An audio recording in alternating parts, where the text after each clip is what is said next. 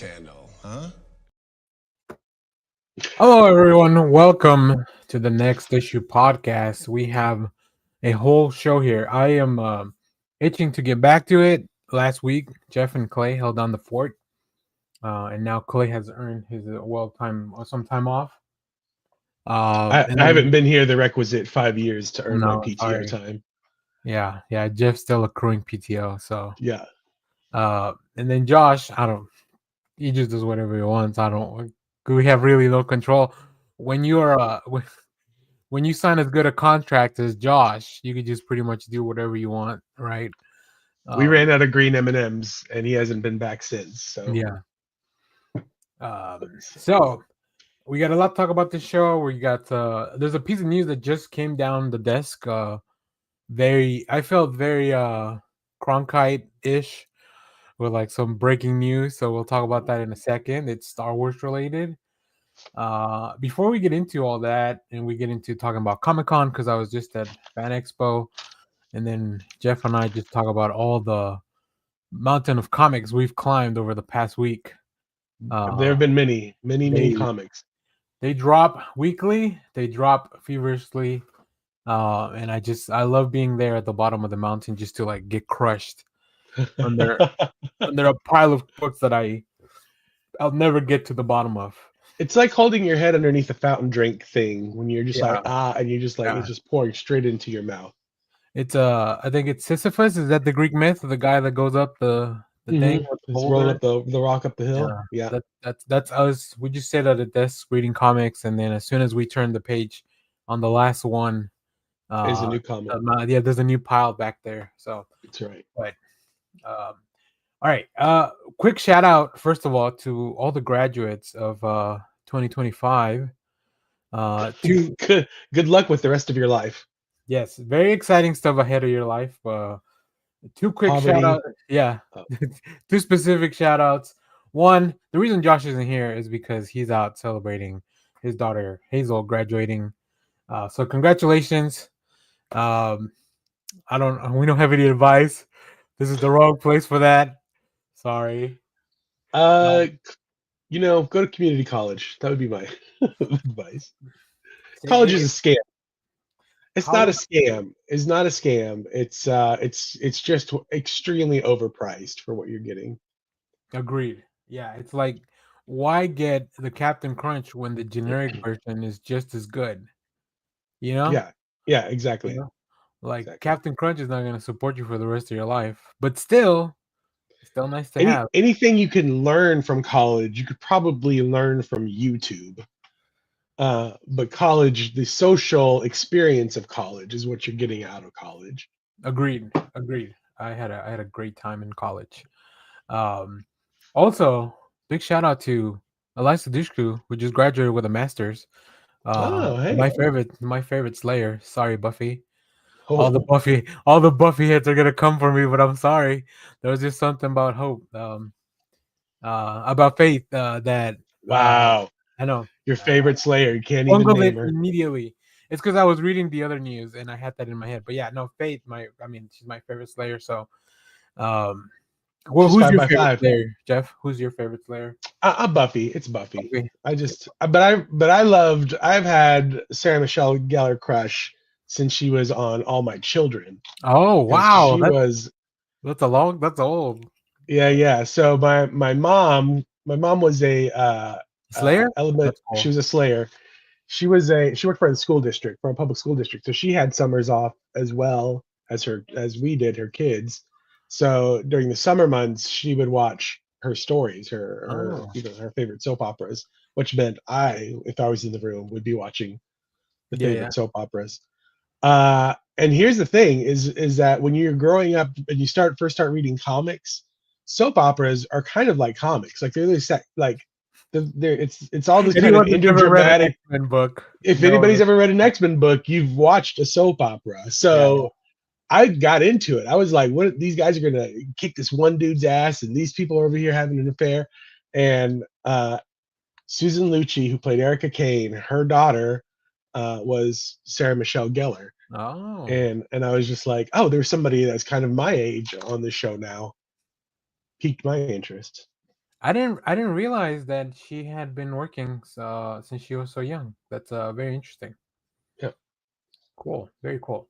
All right, now we also have some breaking news before we get into the main thing. Now, Jeff, yeah, coming on the wire.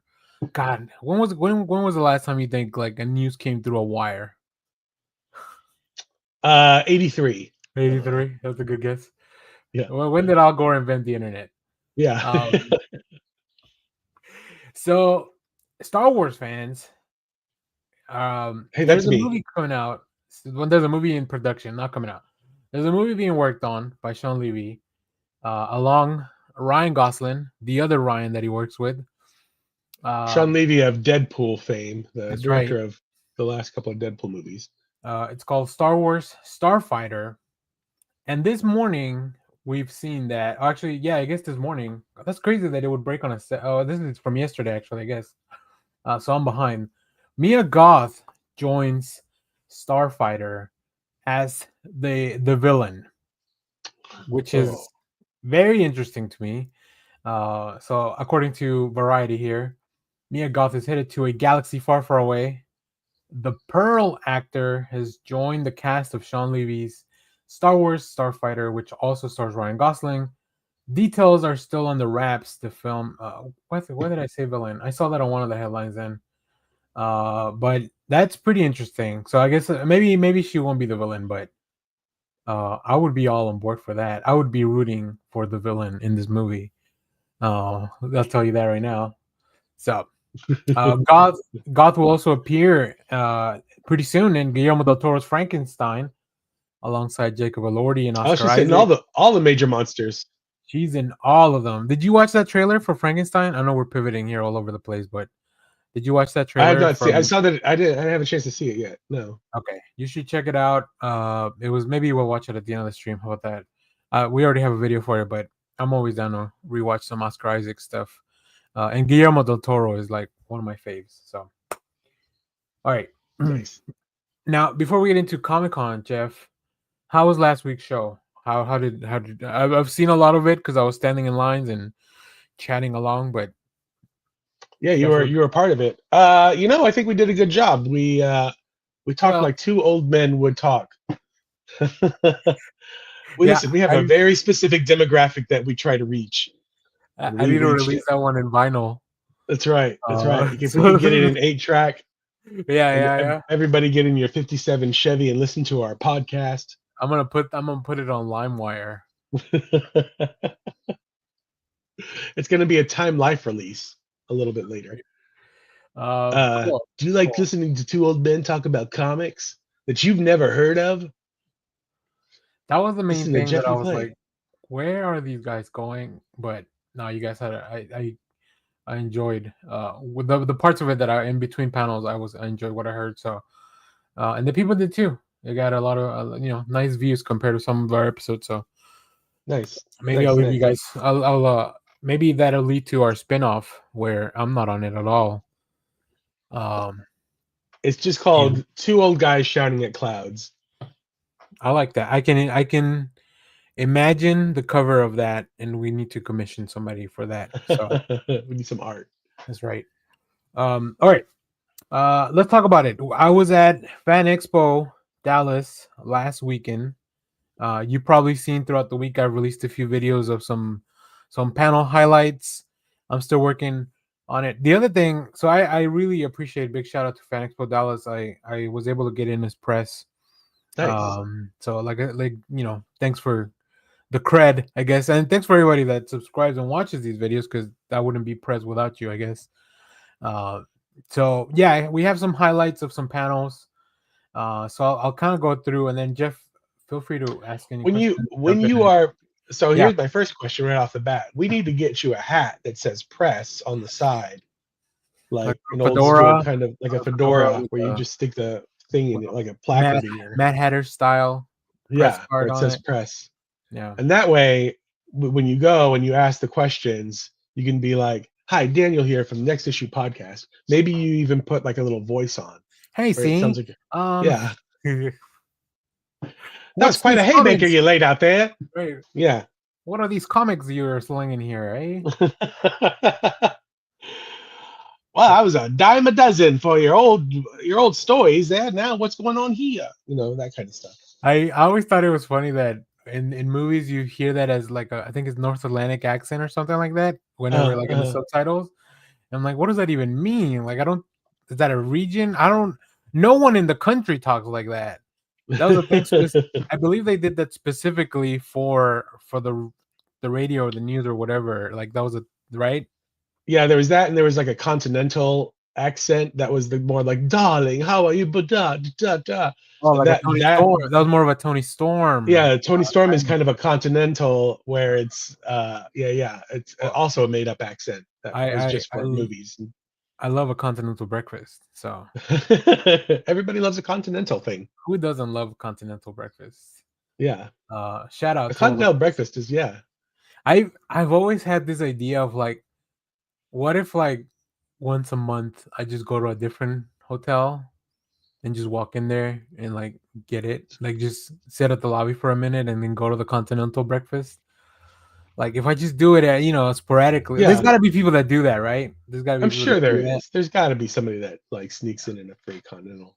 'cause, Like you walk into the lobby, you're like reading a newspaper, like you some know, places have you you're like having a cup of coffee. you gotta scan in with your card, but like if you just walk behind somebody, like Yeah, there's easy ways to that's right. Or make I it. could just make my own breakfast at home. I guess it's just not the same. I don't have a pancake printing machine. Yeah, you need those powdered eggs. Yeah, yeah. I want to eat powdered eggs without having to join the armed forces. Right. How do you even get powdered eggs for Yeah, yourself? You just got to go to a continental breakfast yeah. So, with stale cereal in the thing. oh god, yeah. It's just cranking the little thing in the cereal. But anyways, back to FanExpoDallas. So it occurred last weekend, May 31st through May 30th through the 1st of June. I'm gonna already throw you off track. So Go because for we it. were just on talking about. So did you?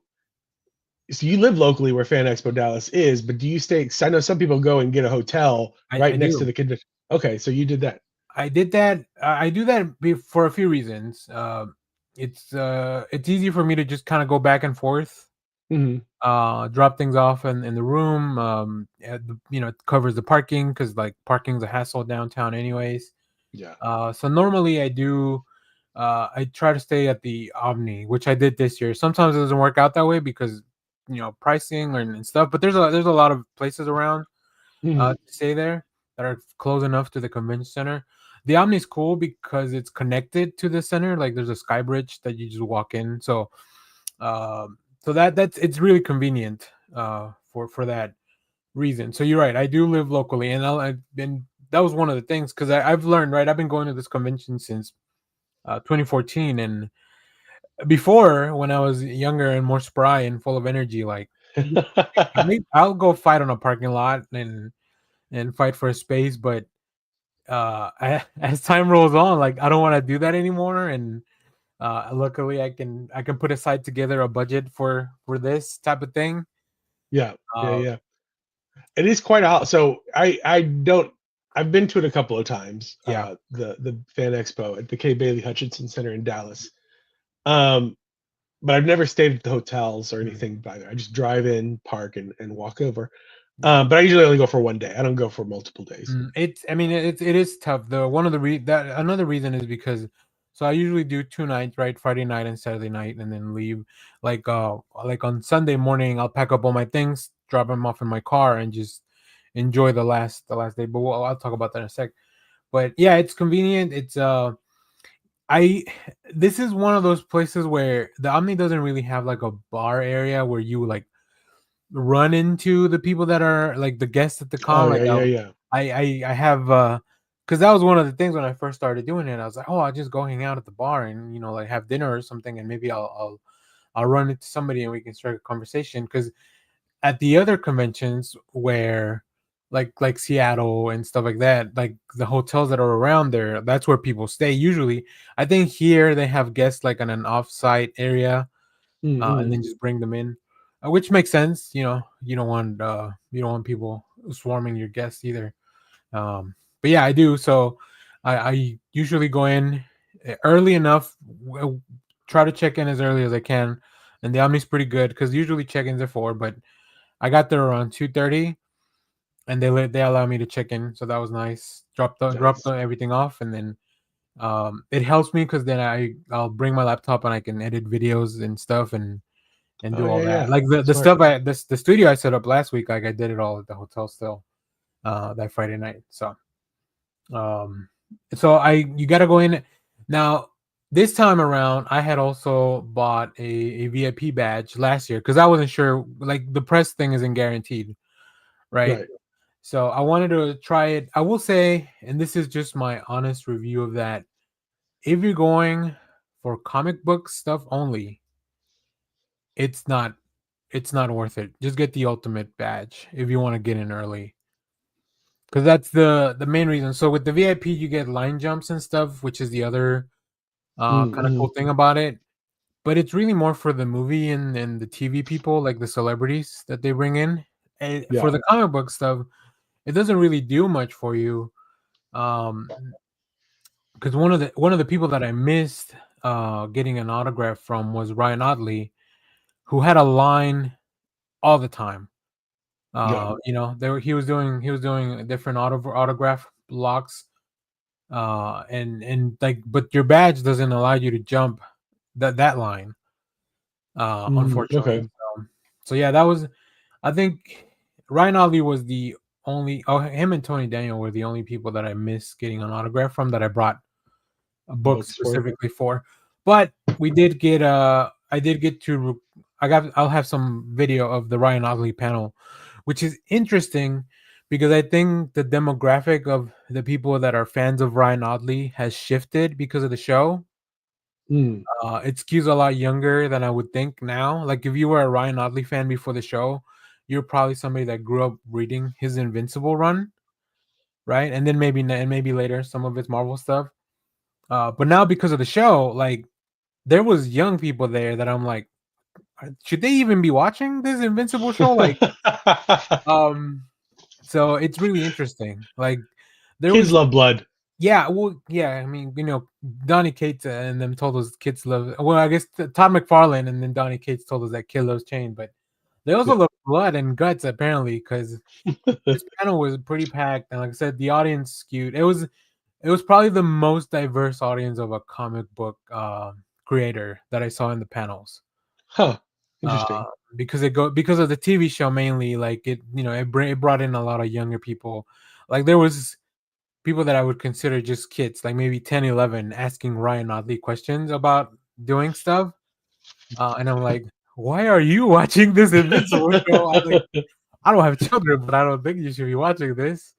It's all But the dads. It's all the dads. It's like, come and watch the show with me, yeah, son. I read I this guess because comic it's growing up. animated. Because I can't imagine like Robert Kirkman's panels before Invincible would have been like that. Yeah. With The Walking Dead and stuff, like maybe a little younger, but not kids that young. I don't think kids are watching The Walking Dead. Although who knows? I guess they have access to everything now, so Yeah. I don't even know. There's no more Saturday morning cartoons. There are no more Yeah, Smurfs. yeah, that's true. So that's really interesting. Yeah, I thought that was cool. But yeah, so Friday, I got in, I checked in, I went. The first thing I do always at a convention, and this is my, if you're gonna be there 3 days or multiple days, this is my, I guess my recommendation. Do a quick run of the floor. Figure out Yeah. where everything is. I usually do that because then on Saturday morning was what I call the work day, where I was gonna shoot some video and stuff for the channel. So Friday was all for me, just like discovery and figuring out. Yeah, very quickly I went down to Artist Alley, and not everybody was set up because it was so early in the day. Like the convention starts technically at 4 on Friday, Mm. but they let you in. I think VIP gets in at 2:30, but press gets even earlier. Like that was what one good thing about the press pass, that you're able to go in as if you were almost an exhibitor and just kind of walk around even though Yeah. stuff's not open, because they know you're gonna be like shooting video and getting stuff like that. So yeah, immediately go in. I didn't go much into the celebrity area. That's pretty roped off. I don't know if you know the convention center. They do like just one big room now, where before they finally fixed this because they used to take up the whole convention center, Mhm. where like the main theater was the arena, so you had to walk from one side of the convention center to the other to go Yeah. to the main theater. Now the main theater, they kind of built it into that big room. Then you have the artists and exhibitors and like and then on the other side you have all the TV and movie people and food area. So it's all in one place now. I think there was also an oddities expo going on at the same time that you mentioned, because I Yes. had I had a friend that actually went to the oddities expo, but they went dressed up anyways because the convention was going on. So that was really funny. So yeah, I went in, checked in on Friday, and then I started. can only imagine, because I did earlier in the year when I found out about the Oddities Expo. I was like, "Oh, that's." I didn't realize that they were on the same weekend Yeah, yeah, as the Fan Expo, and I didn't realize that they were, both going to be at K Bailey. Not only the same weekend, but in the same the same space at building. K Yeah. Bailey, I should say. And then my anxiety got the better of me. I was like, "There's no way I'm hitting both. Like, no, I don't. That's too many people." Yeah, if you don't like dealing with crowds, I recommend going Friday or Saturday or Friday or Sunday, Yeah. because Saturday was the most packed I've seen it in a long, long time. And I was telling Jeff before we started, I missed out on going last year because I was in between jobs.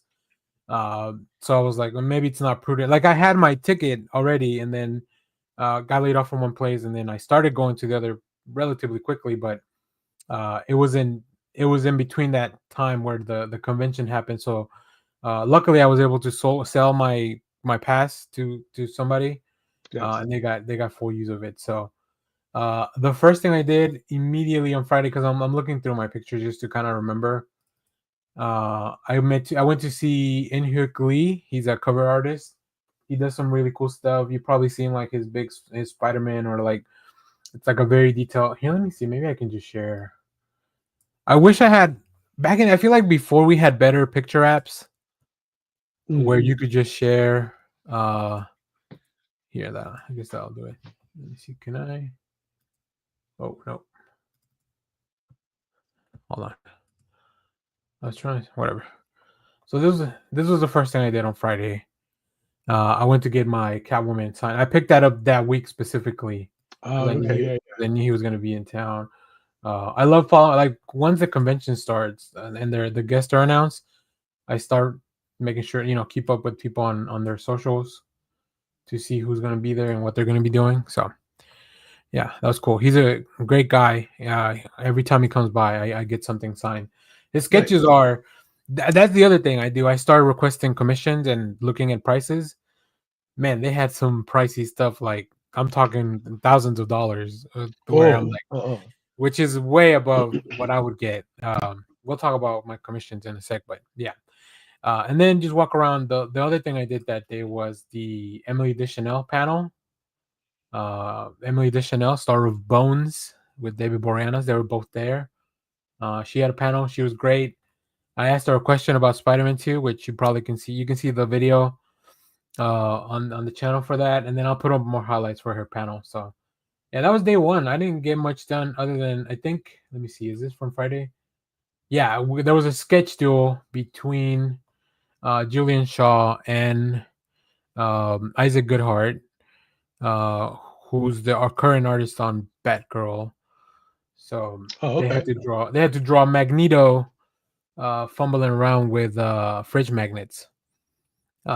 So yeah, the sketch duels are fun. If you've never been, uh, the sketch duels are like two artists or multiple artists. The crowd gives them an idea, a character, and then like a twist on it. So this one was Magneto with magnets.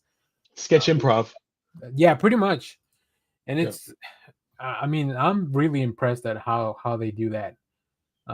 So that was day one. Uh, Day two was the big one. I got Yeah. there. So how long is day one for you? You get there at like I got there at 2:30. Got all registered in. Uh, I would say I was there maybe like at 3:30 all the way till 8. okay, So like 5.5 hours. Yeah, I made some time in between there to go pick up my press badge, because they mailed me the other badge, so I could just get in anyways. But I did need to go pick it up at some point.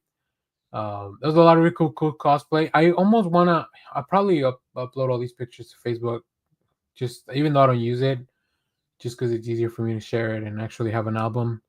Yeah. Yeah. Otherwise, it just sits on my iCloud with like my other 65,000 pictures that I have on there. And impossible to sort through For as you're sure, like, I don't for know. sure. You have to make albums and stuff like that. It's ridiculous. Another really cool thing, they have an app for the show, so you can plan out your.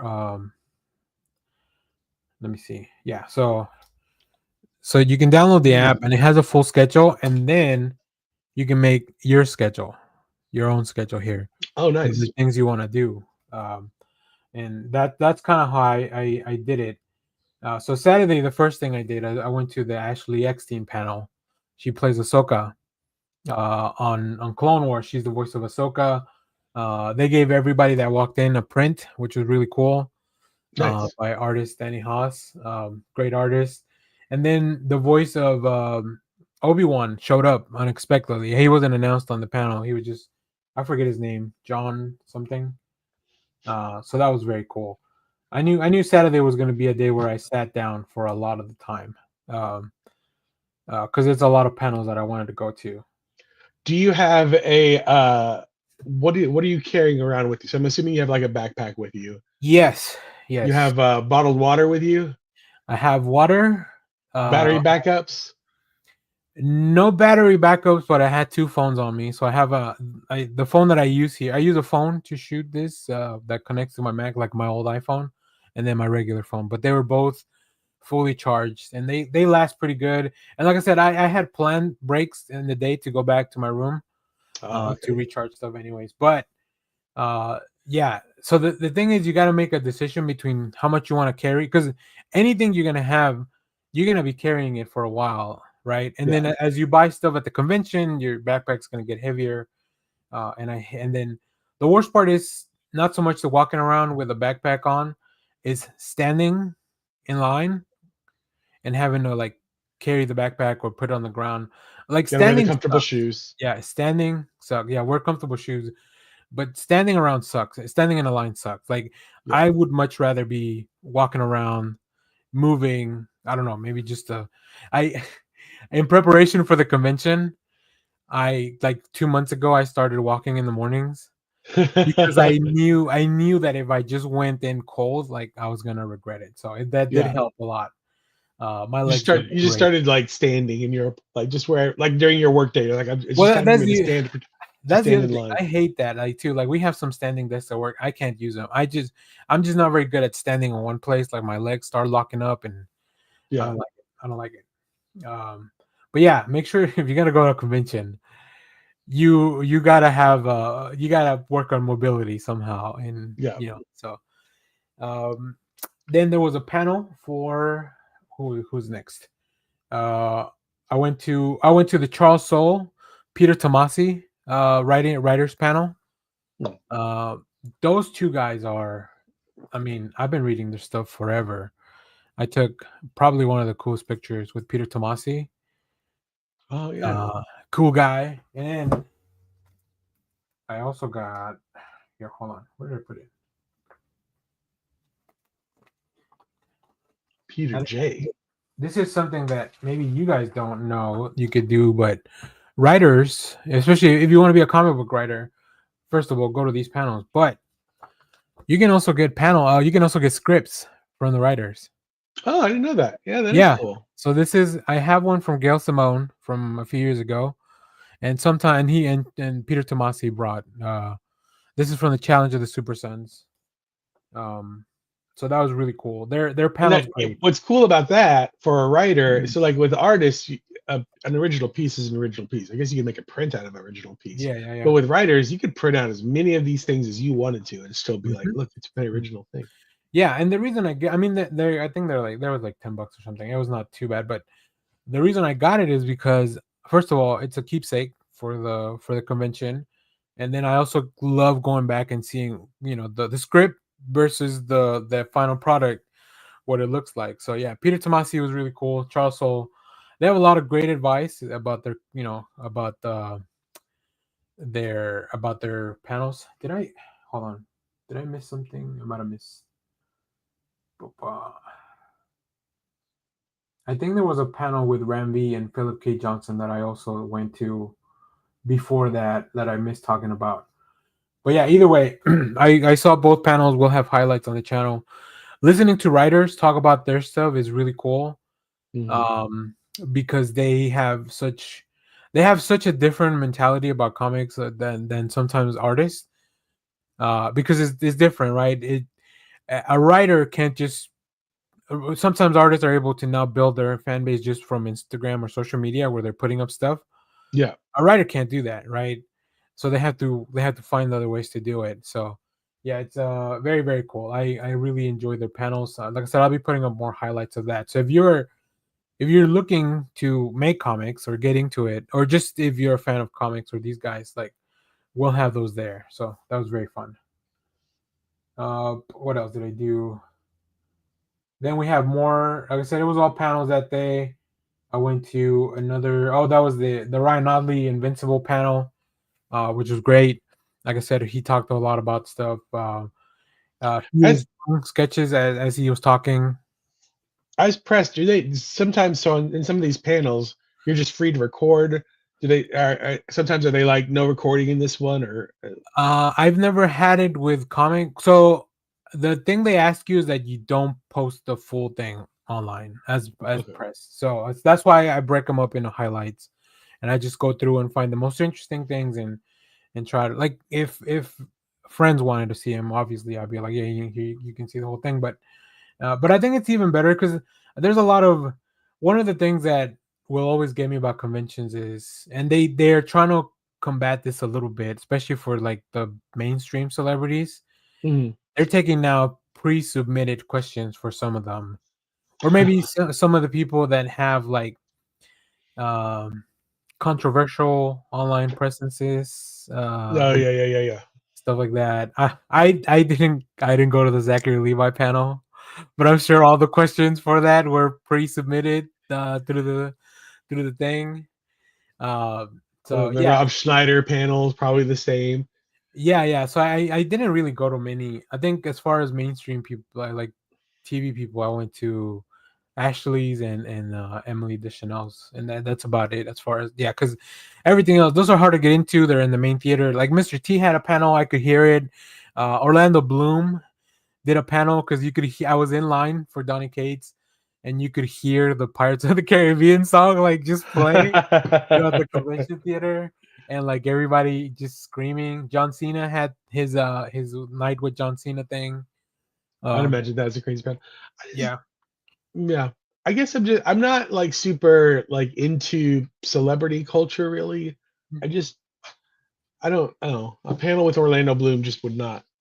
I'm sure he's a nice fellow. yeah. I He find probably him has some fun Katy interesting. Perry stories, maybe. I don't know. Like I don't know what I would get out of it. Like I wanted to go to the John Boyega panel as well. For, like he was talking, and Yeah, he obviously has a lot of very interesting experiences. but sometimes those are hard to get into. Like because even if you have a VIP badge, for those you do have to line up like 30 minutes ahead just to, cause they want to make sure to have enough seats for everyone and cut off the line as needed. Um, I think yeah. the And that's the other thing craziest, about the yeah, about panels is that you do have to kind of like judge or whatever. Like, am I going to? How much time am I willing to spend waiting in line to get into this panel when I could be walking the show right. You floor could or go to the whatever thing. stuff like that? Yeah. And that's why usually if somebody wants to go, I was talking to one of the guys at my shop. His name is Austin. He was telling me like he didn't go this year, but in the future he'd like to go. So I usually try to save Sunday if somebody wants to come along and they've never been to a con, like, because that way Mhm. I'll be done with my stuff and I can actually.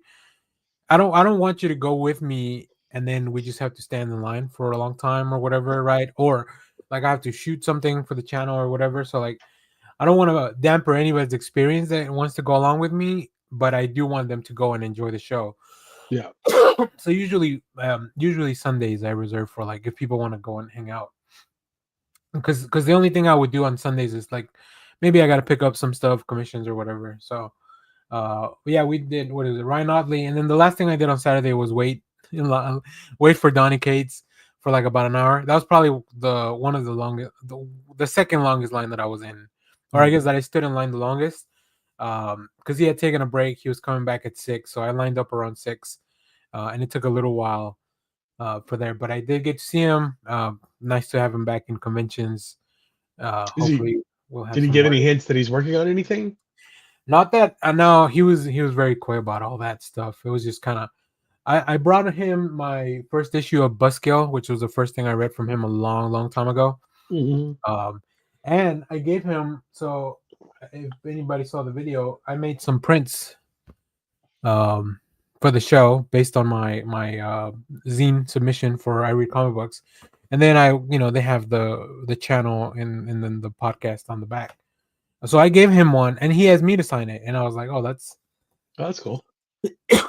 like I know I'm sure it'll just end up in the trash or something, but which is very cynical of me to think. But it's nice that he just asked me because I've met him a bunch of times, so hopefully there was a few people. It was nice to be recognized. Like Charles Soule knew who I was from the videos, and Ramby, he knew who I was from the videos. Oh, nice. So a few people, like, they had seen at least the reviews, right? Because we spammed them.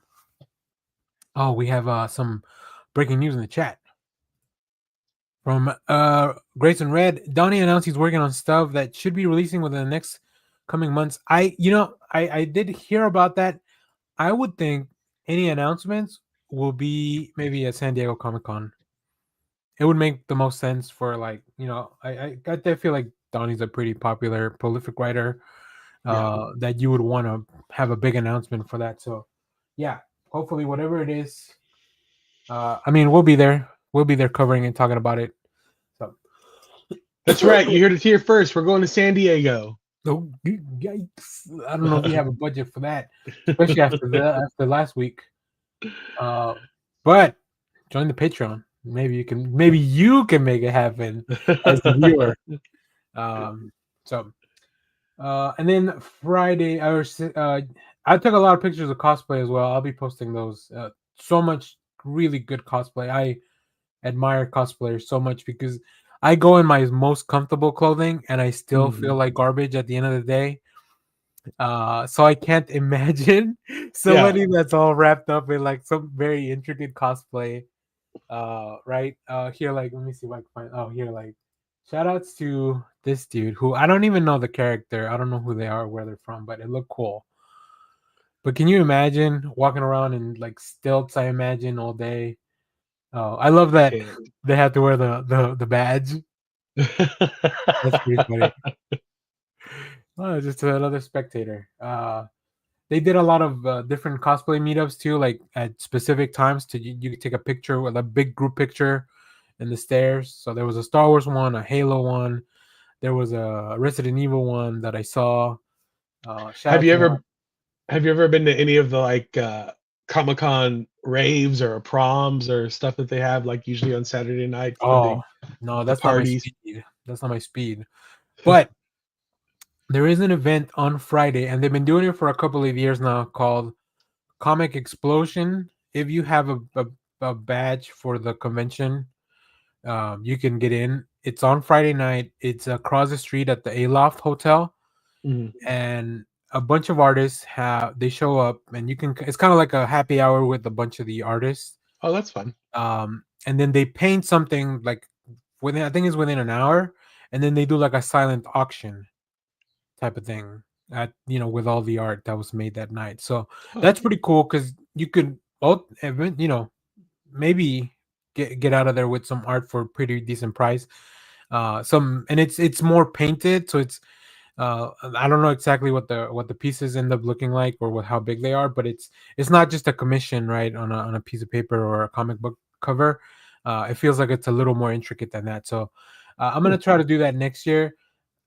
This year, I just hate the idea of having to walk across the street to the Aloft. Luckily, it wasn't too warm the last weekend. Like it was relative. Like this week is a little bit hotter.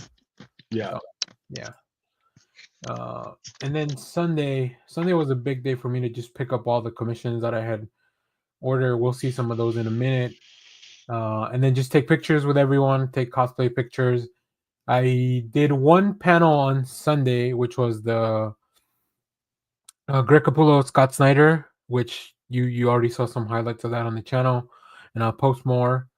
I got to ask them a question. Every panel I was at, I asked a question and I recorded. I mean, it was recorded, so that was pretty Yeah, cool you got to take advantage of that press pass. for sure. Well, I mean, yeah, and I asked them, so those I asked for as a fan. So I don't. I still have not really taken, I think, full advantage of the press pass because I'm still learning the ropes, and also I don't want to. I feel like I don't know that these people want to talk about all this stuff. So, but since I'm at the panels, I'm like, let me just, this is a panel. This is kind of what they're here to answer a question. So, Yeah. um, but yeah, it's their panel was really cool. I did also do the Greg Capullo, Scott Snyder experience, which is like after their panel. Well, for the panel, you get priority seating, like you get to go in first, and then afterwards, you would go to a different room where they'll sign some stuff for you, and then they'll take a picture.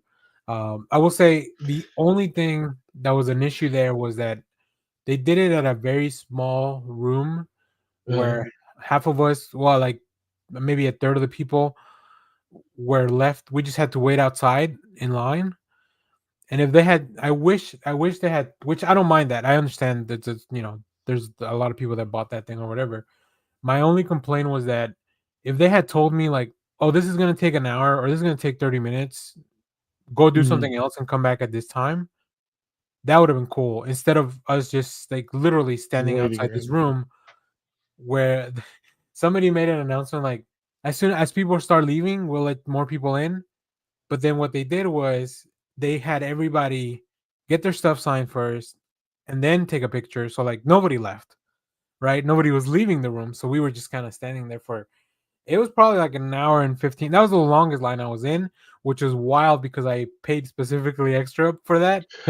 Um, and yeah, I don't know where the snafu was at. I appreciate the volunteers because they were just kind of doing the best that they could, like the people that are helping there, but they don't know, right? Yeah. This is all handled by probably their management. So Yeah. yeah, Yeah. so Yeah. if anybody's watching, I had greater fun at that part of the event. It was just maybe communicate with the people a little bit because we had to go ask what was going on. Like nobody was telling us. And I feel like if you had just told us like come back in 45 minutes and then we'll get your group in, right? Yeah. So um and give people a specifically time limit to come back because that's probably the other thing, right? Those guys got to go back to sign their go back to their tables and sign. So We that got was to get an AI to work on this thing. I know. Yeah, I know. What's the most efficient way to corral these people? Yeah, because if they had luckily there was a room next door where like we could sit. So we took turns. Like you make line friends, Oh yeah, yeah, yeah. people that you meet in line that you may never see again ever. And so we took turns and going to sit down and people were getting food and stuff. So yeah. So that was the only other thing where I was like, see, I wouldn't want somebody to just kind of get stuck there in line with me for like an hour and a half if I that's was, like your first convention. the craziest line. I have one line story. The craziest line I've ever been a part of that I wasn't even intentionally a part of. It was just the safest option for me at the time. I was in New York Ooh, what does that back mean? into. Well, I was in New York way back in. It was just before. It was in the summer of 2001, so just before September 11th. Literally, Oh, nice. like a couple of weeks before. Yeah. That summer, they were doing Shakespeare in the Park, and Natalie Portman was in it. They were doing The Seagull, and I forget. There were like three or four like really famous people that were in this Oh. play, and it's Shakespeare in the Park, so it's in New York, so it's free to go. You just have to show up and get tickets beforehand. Mm. And so because it was all famous people, people were lining up like 48 hours in advance. No, they weren't. It was like 24 hours in advance and I people were mean, lining up. this was post her and being in Star Wars, so I get it. Yeah, yeah. So yeah, people would line up overnight. I was in Manhattan, like the island of Manhattan, and the train I needed to get back across to Brooklyn, I think it was, but all the trains were shut off. Like I had left too late. So there was no way for me to get back across unless I, got a there wasn't even an Uber. I had to get a taxi or something.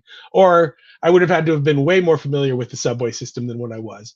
So I just turned around and went straight back into Manhattan because it's the city that never sleeps, right? That's kind of a lie. So I was walking around Manhattan, nothing to do. It's like 2 in the morning, 2:30 in the morning, and then I come across this giant group of people who are all waiting in line for this play. And I'm like, well, I'll just hang out here because everybody's just happy and getting along and just chilling Safety in and numbers. yeah, safety in numbers. So I just sat down. I stopped by, I think, Golden Apple Comics earlier that day. So I just pulled out my bunch of comics and just sat there on the side of the road with like 80 other people or however many people it was. Yeah. And occasionally somebody would come around uh, who said that they were from Shakespeare in the Park, and they were like, "Hey guys, we were here yesterday. Everybody that was like further back than this corner just did not make it. So you guys might as well all go home." And nobody in line was just like, "I don't believe you. I don't even think you work for the thing." So everybody just kind of stood their ground and stuff. Yeah. Yeah. And then once the sun rose, I stayed up all night. Then once the sun rose, I was like, "All right, well, I'm going back. I'm sure the subway's like done now." Because it was supposed to like open back up at like 5 o'clock in the morning or Sure. whatever. And so everybody around me was like, "What? You're leaving? Like you just got like the thing's gonna open up in 3 hours." I'm like, "I don't even want to see the show." Like, I mean, I did want to see the show, but I had plans. Like, I had plans later, so I was just here for for the safety. That's really funny. That's Yeah. really good. It's really good. Damn, that would have been fun to see though, I think. Mm-hmm. Oh, no, Because been great to see. do you know what specifically she was doing? Like what play or It was the seagull. It was the the seagull. I sequel? remember Okay. very specifically the seagull. I'm not familiar with that one. Uh, it's uh, it's not. I don't think it's Shakespeare, but they were doing it in Shakespeare for this summer. It's not Oh, always Shakespeare in Shakespeare in the Shakespeare Park. Light. Shakespeare Light. Light. Okay. Uh, yeah, yeah. I'll try to remember who else was in that show. I mean, I'm sure I can look it up somewhere, but No, you're good. So yeah, the last thing we can move on unless you have any other questions. Let me show you some of the commission stuff that I got. Um, I will say, talking one other piece of advice, like talk to people and be friendly. I got 2 free comic books out of like people just gave me oh, comics because we were just talking. One of them, I don't have it with me because they're like they were getting Jay Lee to sign a bunch of their stuff. Like Jay Lee made an exclusive for them, oh, nice. and we were just talking. Like I was there at the table to pick up my commission, and he was just signing a bunch of them. And the dude's like, "Yeah, check it out." Like I gave him one of the prints just to like to promote it myself, but also like he was being a nice person in line, or we were just hanging out. And he just gave me one. Like I'm sure those things go for like 20-30 bucks online. Like there's no way they're not selling it. And then another one, I won't say the artist because I don't want them to like get people to say like give me a free comic, but it was somebody that I didn't know that was going to be there.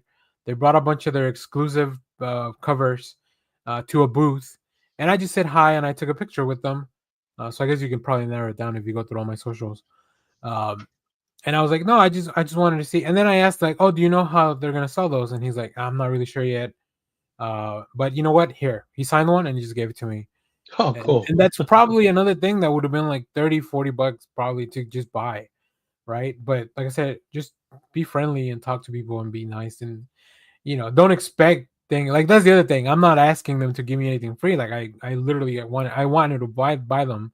Yeah, yeah, Um, yeah. so yeah, so that was nice. But When you do a commission, so you drop off so you have like the covered, the blank yeah, comic, and you drop it off, and you're like, "Will you please draw me something?" Like, do you have an idea, or do they just how does that work?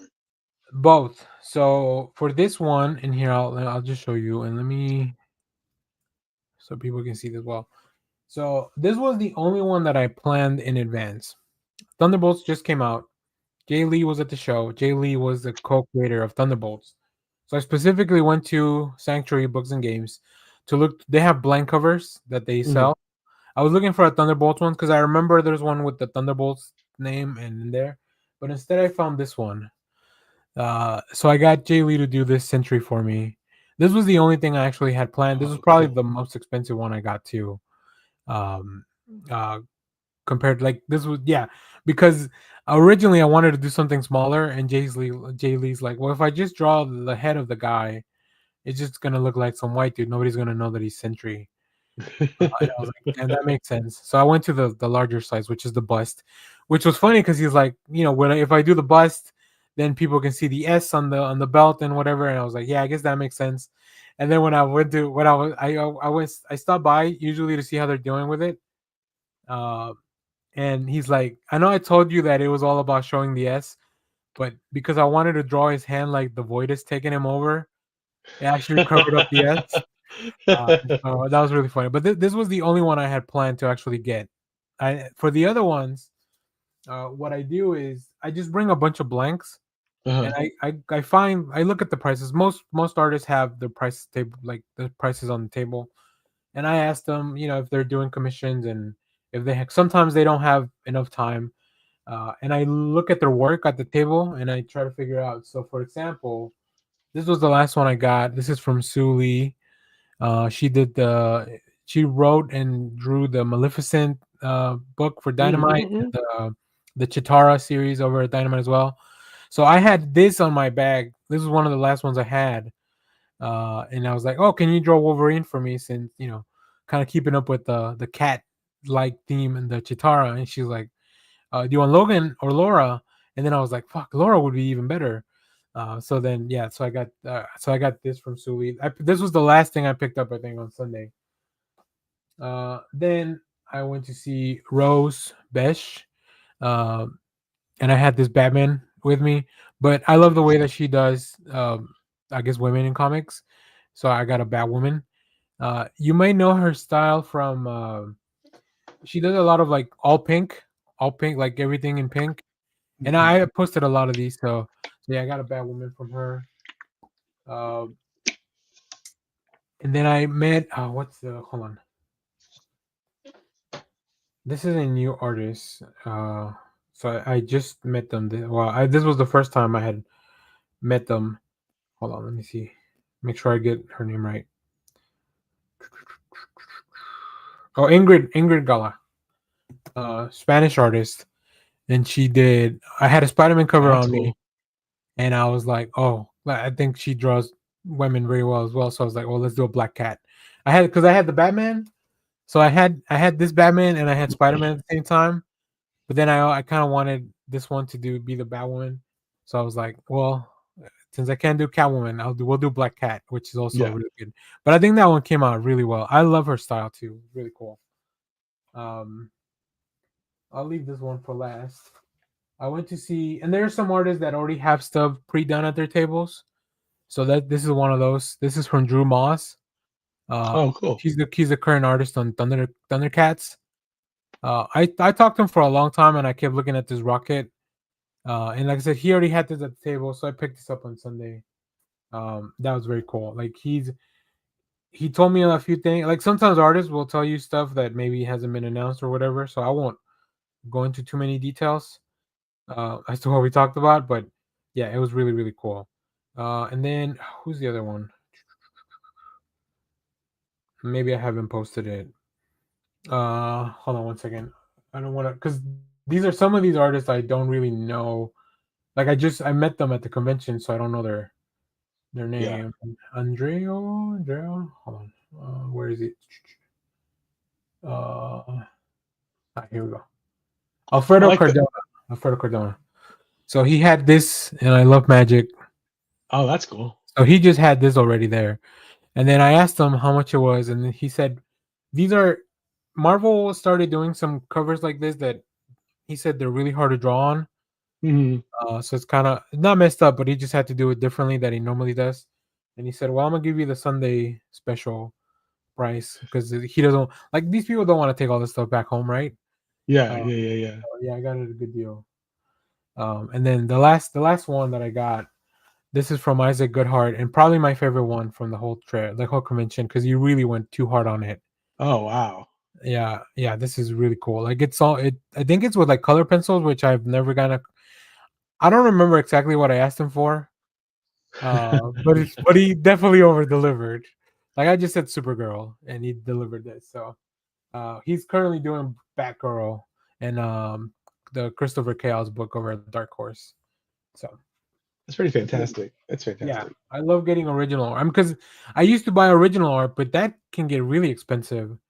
Whereas with this, it's still original art, but it's a little bit more price manageable. Depending, unless I will say Jay Lee was $400, which was more than I wanted to spend on it. But like I said, I think it was worth it in the end. So Yeah, yeah, yeah, um, yeah. and my credit card Art limit is always tough gone from because it. it's art. You know, Yeah, you got to pay for it. So I have a lot of commissions that sometimes I've just been lucky that people like I get someone to do something for me right before they get really big and mhm. blow up, which is that's why I love meeting new artists and or even local artists. Because then I'm like, well, I'll get something from you, and I'm not using it. Like I don't think I'm gonna ever sell a lot of this stuff, but it's really cool to then see like, oh, you went on to do big things, right? So Yeah, yeah, yeah, yeah. so yeah, that's it. And then on Sunday I came home and I collapsed because I think the second Saturday, which was the longest day, I walked 16,000 steps, which is like I don't know, 10 times as much as normal. Um, so yeah, So yeah, so your steps are like all out of whack now. my Apple Watch was like, "What is happening? What is this? This isn't what we signed up for."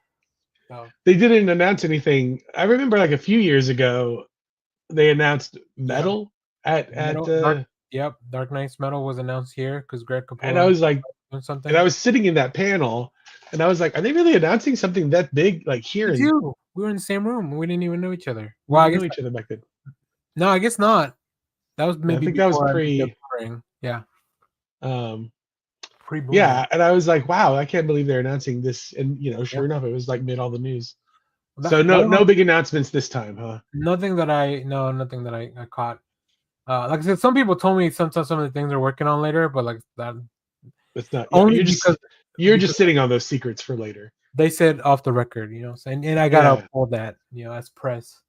It is my You know, duty. what every single Marvel DC crossover book is coming out post Batman Deadpool, but you can't say anything yet. It was fun to have them talk about it because the part of the video I posted for Greg Capullo and Scott Snyder was they were talking about it. Even though Scott Snyder doesn't have anything to do with it, he's still a consultant for DC, so like he gets to Mm. see all that stuff in advance and he knows what's going on. Uh, so like obviously Greg Capullo is doing it with Zeb Wells.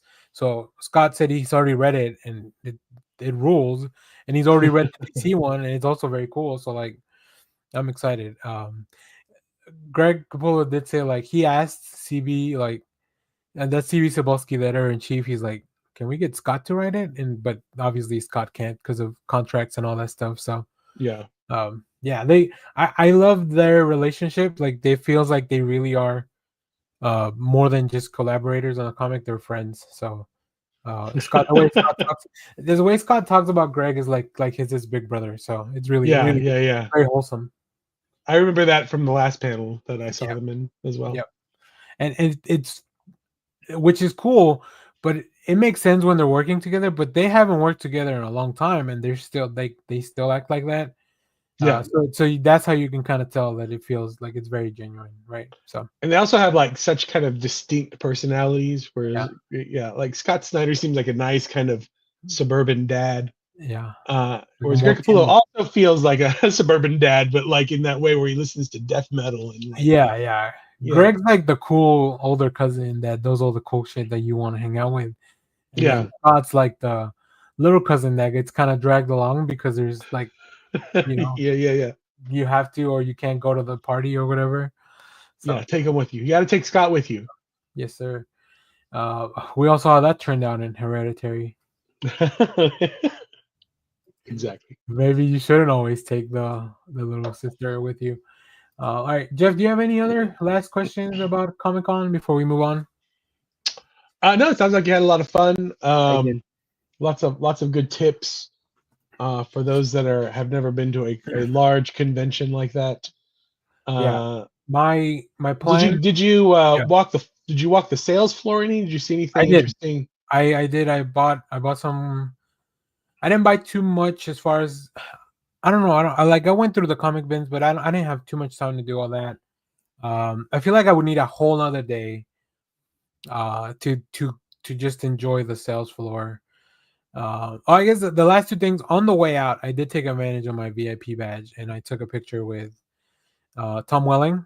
So Oh, that's nice. so I've met 4 Superman in the past year, in the past calendar year. And then Michael Rosenbaum was next to him, and he threw something.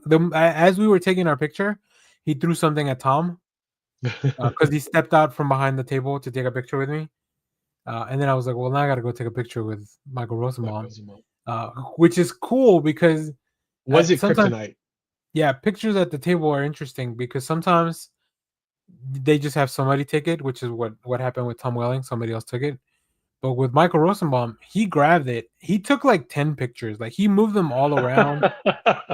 Like I want to just make a little video of those pictures and say directed by Michael Rosenbaum at the end because that's what it was. Like it was. Oh yeah, I guess I can. I don't know why. Just a I can just flash of show you. pictures. It was crazy. Like I was not ready for all of that. I couldn't keep up. But like sometimes people are really good and they know to do that. Yeah, yeah, yeah, Like yeah. they're very good at, like they've been doing shows long enough and they just know what people kind of want at the table. Which those He's are, very fan friendly. It feels Michael Rosenbaum. yeah. Whereas The I feel like only Tom Welling hid from his Superman. Like for decades, he like wanted nothing to do with any of this. Now he's just I know. within the I last know. couple of years come out and been I like accepted it. Yeah, I told both of them that. I mean, I grew up watching this show, like, and I when I say grew up, I mean like my more formative years, which is from like me graduating high school to like 10 years from that, where I'm like, oh shit, I guess I should be an adult. So this is with Tom Welling, but What I also Michael like about Rosenbaum, this, what I also yeah, like about this is I can now tell by proxy how tall I am compared, like how tall Tom he, Welling is compared to me. I think him and Brandon Routh are the tallest Superman. The other, like Tyler Hoechlin, is pretty short, relatively short. He's about a little taller than me, and then oh, who was the other? I You met got Dean three. Cain and No, not him. Who was the other one? I met three Superman last time. I thought maybe it was only two. I don't know. I'll have to go back. But yeah, this is the first George picture. Reeves. This is the one I was ready for. And then he started shooting, and then he moved. He just moved it very wildly. Look, and then this one, like his arm just went really high because he's also a little taller. He's not as tall as Tom Welling, but he's a little taller. Yeah, and then oh, well, that's afterwards. So yeah, he took like 5 or 6. It definitely. I think table pictures to me are the way to go because they're not as expensive as the big photo ops. Yeah. Usually, the only catch is that usually they rather have cash or they or you can or you need to pre-buy them and then just bring like their receipt Mhm. because they don't want to have to be running credit cards, I guess, at the table, which makes sense. Probably safer for everyone. Yeah. Uh, so yeah, and it was, I think with Michael Rossman was like $60 for the picture. And with Tom Welling was about the same. So like, yeah, that was my last of the cash I brought to the convention. Um, I did forget to stop by Keith David's table. That would have been cool, especially because he's on that new show that I'm watching, Duster. Um, Yes. so, but yeah, I think who else? I don't think there was anybody else that I was like, oh, I should go. I mean, I would have loved to have talked to David Boreanaz too, big angel head over here. If you thought I liked Fate, Ooh. how I feel about Angel. Um, so there you go. All right. Well, that's the convention talk. I think I'll be there in October for their fan days. And I saw in the forum for press they have, hey, do you need somebody to bring on your crew? So I don't know. Maybe Mm. we'll throw in Jeff as a crew member. Oh. We'll see. We'll see. We'll talk about it. And then maybe also the other thing I wanted to do was they have community panels that are like submitted by people in the community. So like I'm part of the community and we have a show. So how cool would it We could be to we could do, do I a new guess, panel. that's right. So I don't know. Stay tuned. That's in October. One thing that was weird is that they won't be doing the Fan Expo Dallas for the summer. It's in September next year. I Oh, imagine there really? was some stuff scheduled maybe like before where they couldn't get the convention. So I wonder if they're gonna change their October show to like the spring Flop instead. them? Swap Yeah, them. because it would be weird to have a big convention in September and then like next month the October show. But I know they probably want to have 2 a year. It makes sense to do both. Fan Expo that's a company that owns that Fan Expo. Because so Comic Con is its own company, Yeah, San and Diego Comic Con is its own thing. There's and like then 3 or 4 Expos. big companies. Okay, FanExpo is one of them. Reed Pop is the one that does New York and Seattle. okay. And then there's like one more that does like Heroes Con that I think's going on this weekend, and that one I want to go to, which is in Raleigh, North Carolina, I think. Yeah, yeah, yeah. That sounds like a place where I would want to go on a train. Just take a train down to Raleigh. And I would then, like to go. I think I'm like 30 years removed from wanting to go to a San Diego Comic Con. Like they're too big, they're too crazy, they're too whatever. I'm I feel like New York is I'm just starting to too get too poor. big. I'm just too poor to go to San Diego one. New York is more manageable. The year I Yeah. went was the one year they didn't do VIP passes, which was a shame because I had been saving up for that. I was like, Oh. I'm going all out. But New York feels like the inheritor of like where you get the like San Diego's like all Hollywood stuff now, but like comics seem to be announced more and more through New I York think Comic Con. New York and Seattle. I feel Seattle and Chicago. The what's it called? C2E2. Yeah. D2E2. Those two feel like the really just the comic centric ones. New Yeah. York still a kind of in between, and then Mhm. San Diego is lost to the studios.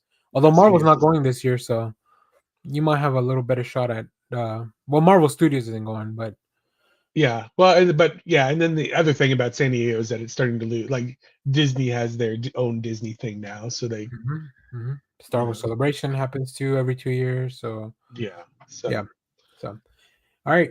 Well, with that, Keith David, let's move on. Let's start with your stuff because you watched something pretty interesting, and then I'll talk about my watches, and then we'll talk about comics. I did Oh, or use hold my on. Is this tied to your rant? no, but I can tether it to it. So let's do Because that. so real quick, I did go see. I used my Alamo Draft Pass to Fast Brag. Pass or whatever to go watch uh, Final Destination Bloodlines. So before you get into this one, have you seen all the other films? Yes, Okay. Are you a fan? Is that like something up your alley? I love the Final Destination Okay. movies. Perfect. Yeah, I have a hard time ranking them. First one's fine. Like the first one, is the I like two and three so much more than one. One's the one that kicks it off and it's great. Whatever. Yeah. But two is the one where they're like, oh wait, we can start making the weird Rube Goldberg, like they Yep. get a bit more intense, and nothing will ever stick with me like that.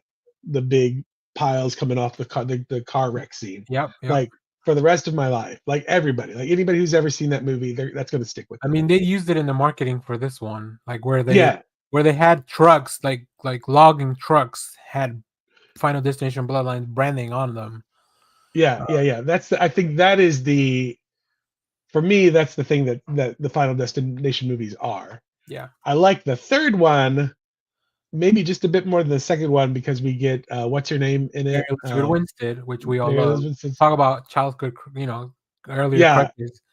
it has the second best. The roller coasters. This is right underneath the traffic jam.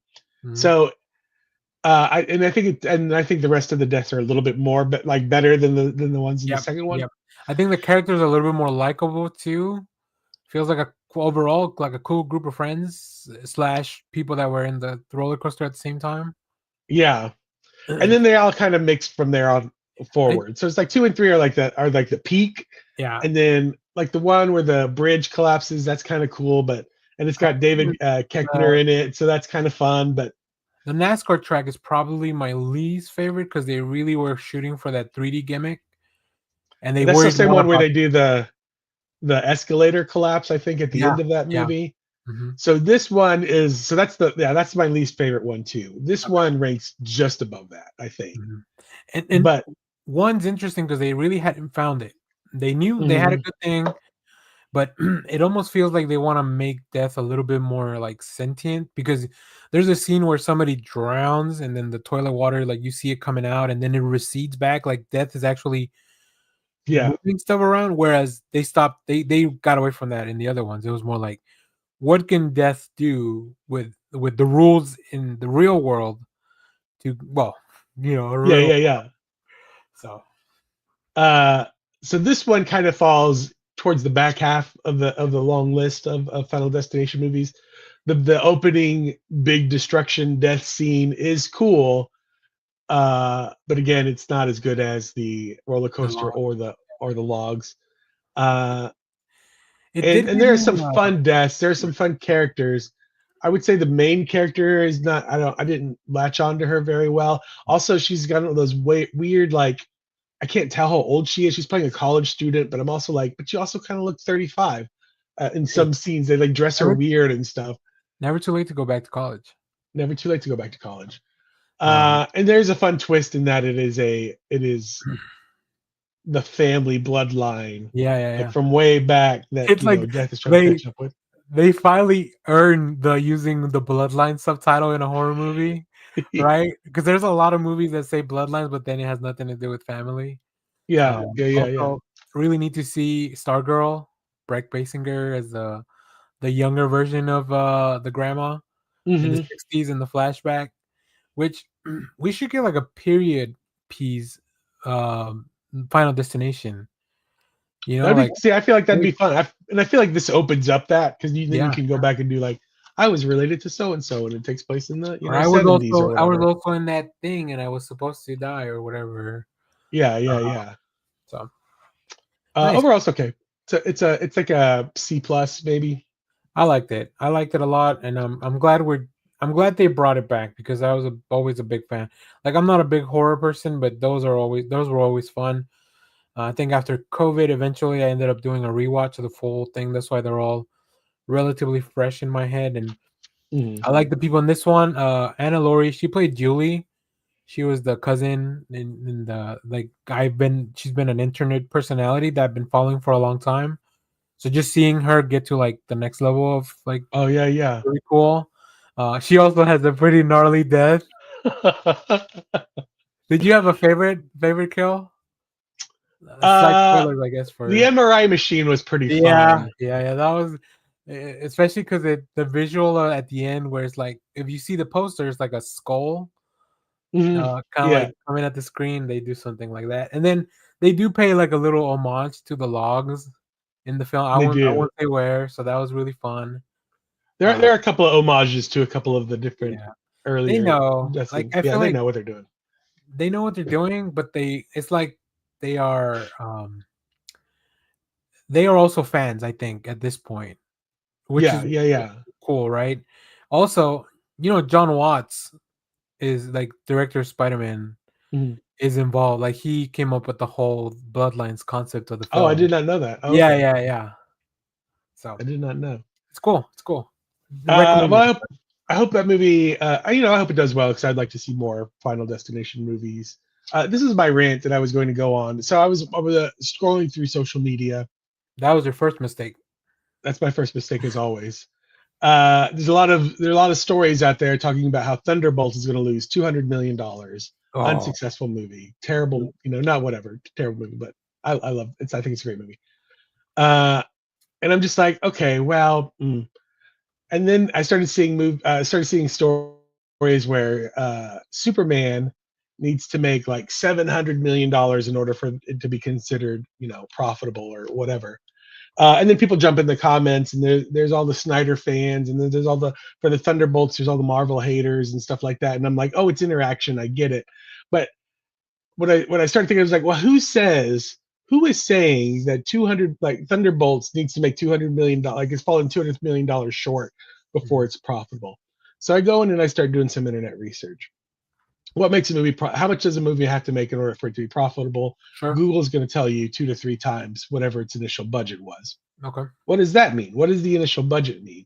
So studios have two budgets. They have the gross and the net budget. So their gross budget is like Thunderbolts is going to cost $180 million outright to Mm-hmm. produce, whatever. But their net budget is like, but after they get all their tax credits and stuff back, so like wherever state that they were filming all the mountain stuff and all the desert stuff, I'm sure they Utah. got a Utah. I'm sure Utah gave them a good tax credit, so they're going to get like three, four, five, $8,000, $10,000 back. So maybe Thunderbolts actually cost like $150 million to Mm-hmm. make or something like that. So then so then they're like, okay, well, what's 3 times that? It's Almost incalculable, really. yeah. If you do the math out that way, then you can see where they come up with the $200 million shortfall, because whatever their budget is times 3, it's just over, it's $200 million over what Thunderbolts is actually sitting at. It's like 400 and some $75 million, just under $500 million. But then you ask Google, have movies always had to have made 3 times what they cost in order to be profitable? And Google's answer is no. But it won't tell you what goes into like where the switch happened. It won't tell you anything about the history. It just goes into like, well, marketing costs and whatever. And it kind of pivots into, but this is what we want you to know why it costs so much. Not And so then I started thinking, I'm like, well, wait, are we just basing when we hear these stories that Superman needs to make $700 million over its budget? Who is telling us this? Because now I'm like, is this the shareholders telling me that in order for them to be happy, they need to make X amount of money over? So now I'm like, I don't care. Like for me, as an online person, I understand that you need to have the engagement, and it's easy engagement when you're like, Superman needs to make 700, and it's never because Snyder, because whatever. It's easy to get those likes and interactions, and it's an easy click. But I'm like, you're playing into a game that is for the shareholders. Also, studios want their movies to be unprofitable because a lot of the contracts that they pay out are tied into, like, if the movie makes profit, then you're going to get extra points and stuff like that. Mm-hmm. Mm-hmm. So they want their stories to get out there and say that these movies are not profitable. I'm sorry, you're not getting your bonuses for Right. profits. And I'm like, oh, you guys are all playing into this giant studio thing by talking about all these numbers and stuff. And we should be talking about whether the movie is good or not, and not tethering its earnings to whether the movie itself is good or not. And so I went on a little internal rant in my head earlier this week. I think it's a good exercise for you for sure. Not for like just to go on, because first of all, then you start realizing like, wait a minute, do I like this movie because I want to like it, or do I like this movie because the studio is making me like it, or whatever, right? Or do I want it to be successful for that reason? The other thing is, if you just go and look, Rotten Tomatoes, like Thunderbolts has great scores, 88% from the critics, 93% from the audience, which is like one of the highest Marvel ones I think I've seen in a long time, right? Yeah. Which, once again, Rotten Tomatoes is another aggregator. But Letterboxd too, 3.7. Like, I feel like Letterboxd really feels like more for the people, but it's also skewed to only Letterboxd users, which can also skew more like people that don't normally go into like this. I feel like Metacritic is maybe the I feel like they're right. So Rotten Tomatoes is like it's like the mass populace, but it's also the one that I trust the least. Yeah, because it's the one that gets spammed the most. yeah.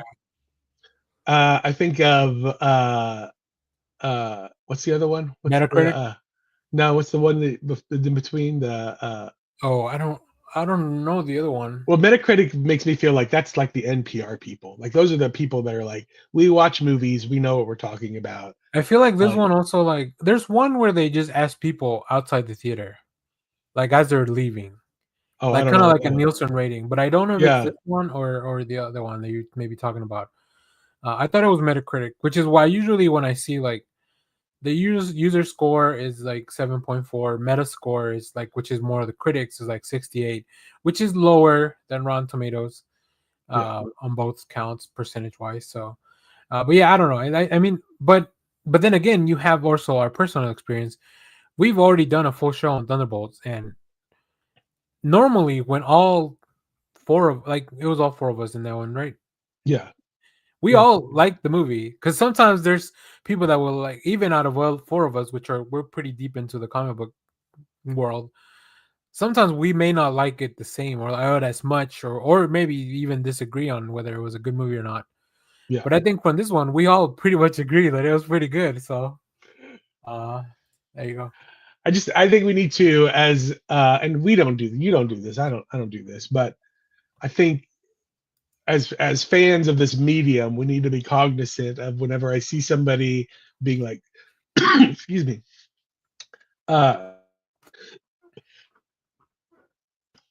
whenever we see somebody doing a story that's like, so this movie needs to make this much money, or this movie did not make this much money, and thus its success is tied into that. I'm like, that's not, that's for shareholders, that's for executives. That's not my, I don't believe any of those numbers. I'm not believing any studio I story about profits or anything like that, because that is accountants that are lying to me, I think. I I very rarely look at the box office of a movie, Yeah. especially when I put together stuff for videos, like to talk about them and not like I talk about the Rotten Tomato score and Letterboxd just because I feel like those are pretty common knowledge for everyone, and also especially Mhm. for the audience that watches the videos here. But I never go into the numbers. That's not we don't talk. This isn't about Hollywood math on this channel, Yeah. right? So cool. All right. Well, thank you, Jeff, for doing all that research for us. Um, Speaking of that, I went to the movies this week, Ooh. and I plan to go a few more times this weekend because there's a A lot lot. of stuff out right now. There's a lot. So let me tell you what I want to watch that I haven't yet. So there's a Dogma re-release. I've never seen Dogma. Kevin Smith's Oh, Dogma. wow. I I know. guess So if you weren't a lot, so well, it is probably very difficult to watch because I think it's been out of print for a while. I They mean, don't show it anywhere. yeah, I could have watched it if I wanted to. It's on the internet. Like you can find it if you really try. But I've never. I'm very hit or miss. I love Kevin Smith, like as the talking about pop culture and media, like his podcast. I'm actually pretty hit or miss on his movies. Yeah. I love the Clerk stuff. Some of the weirder things I'm not the biggest fan of, and I mean he's aware that those are also not for everyone.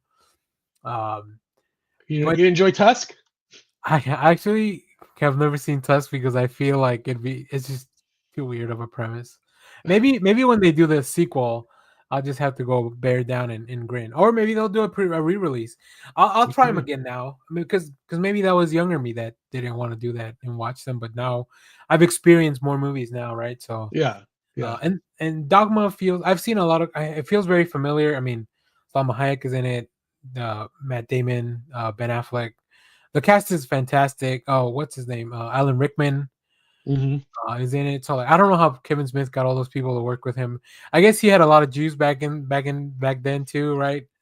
I think he Uh, was coming off of Chasing so Amy, that was maybe. after, yeah, maybe that was after Chasing Amy. Yeah, So he probably had a lot of clout. He was a Miramax guy, so for better or worse, I guess. yeah, for better or worse, I'm sure some of those people got maybe not strong arm, but they were just like, yeah, well, go ahead, we'll be in the movie. Yeah. So I do want to. I want to try to watch Dogma. I may not make it this weekend, but I think it's gonna be out all week.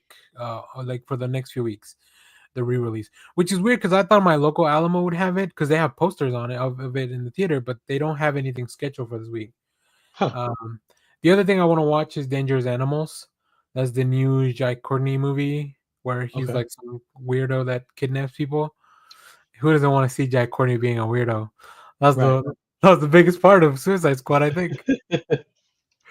And then I want to watch Dan Da Dan, which is like just a preview for the upcoming season of the anime, like a small arc. But what I did go watch, and I'm glad I went to watch it, and I'm glad I really enjoyed it because a lot of people were crapping on this movie before it even came out. I went to watch Ballerina from the world of John Wick. Oh, okay. It's pretty cool. It's pretty good. Like it's full of action. Ana de Armas. I really like her stuff. Of course, this takes place between movies 3 and 4. So if you're confused about like, I thought he fell off a building in the last one or whatever. If you have, I don't spoilers, I guess if you haven't seen John Wick 4. Um, yeah. So this takes place between 3 and 4. Angelica Houston's in it, which is wild. Awesome. Yeah, she's great. It's Awesome. great. Yeah, I really liked it. In my letterbox review, I put, if you enjoyed watching John Wick only being able to fight with books, you're gonna love the scene where Ana de Armas can only fight with grenades. Yeah, so it's cool. It's a little bit. I wish it had been like 10, 15 minutes shorter. Mm. But we do spend a quite a bit of that time with like learning about her life and stuff. So yeah, I'll do a full review for it on the channel, but I enjoyed it a lot. So, I and need then to. Are the John Wick? I need to figure out if the John Wicks are streaming anywhere. they are, I want to say Paramount Plus maybe, or man, I don't know. Yeah, it's hard. I don't know who puts Lionsgate has their stuff all over the place. Well, look, I found out. I was looking for the other day. I went looking for. I wanted to watch one of the old Adam West Batmans, like just the Mhm. TV show. Not streaming anywhere. You have to rent it. Ugh, what a shame. We have to find those Blu-rays. Yeah, Mhm. anytime I do that, I'm just like, DVDs. I'm gonna go buy it. Forget it. What's the point? What's the point of streaming services? I know. If you don't have the goods, you know the good stuff. You know what? I think they might be on Stars actually. So because that's And where then that that's the other thing. What's the point of Stars and Showtime? I'm like, guys, you got to get incorporated into or somebody else. also maybe try Peacock because that's where that Intercontinental show aired. Mm. That is also a John Wick thing. I don't know. It's hard. Oh yeah, I might try to Peacock. Yeah, Yeah. for the John Um, Wicks. Also, new but not in theaters from Dan Trachtenberg from the world of Predator. Predator Killer of Killers, the animated Oh, is film. that out now? It came out yesterday. I watched it Oh, before I had to nice. log into work. It's only 90 minutes. It's really fucking good. It's really good. If Dan Trachtenberg gets Predator, I think. So it makes me very excited. Obviously, I love Prey. Yeah, yeah. And Praise awesome. it gets me very excited for the Badlands movie that's coming out later on. So yeah, if you like Predator, you'll like that one. I'll have a full review of that one as well. And then as far as just some other things, I watched Mountain Head on Sunday because I was really tired, and that's the Steve Carell movie on Max Mm. where they're all like tech geniuses. The guy who plays Riddler on Gotham is one of those guys. Schwartz, what's his name?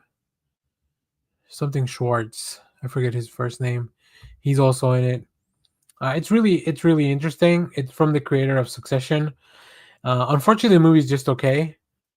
But there's some really cool things in it overall. But it was just okay, unfortunately. And then I watched another movie called Exterritorial on Netflix. You might have seen it because it's on their front page about a woman who loses her son on a U.S. embassy in Germany, and she's a special forces, former special forces, so she has to fight her way through a conspiracy to get her son back in the U.S. embassy in Germany. And it's almost like what was it? What's the movie that takes place at the airport? Um, Oh, Carry On. Carry On. It's almost It's like like jump Carry up. On, but in the embassy. It's so dumb. It's a So dumb. German film that they've dubbed in English because It's the German Carry On. I didn't recognize anyone, uh, and it just made me think like, wait, are U.S. embassies in other countries? Because it almost feels like a resort.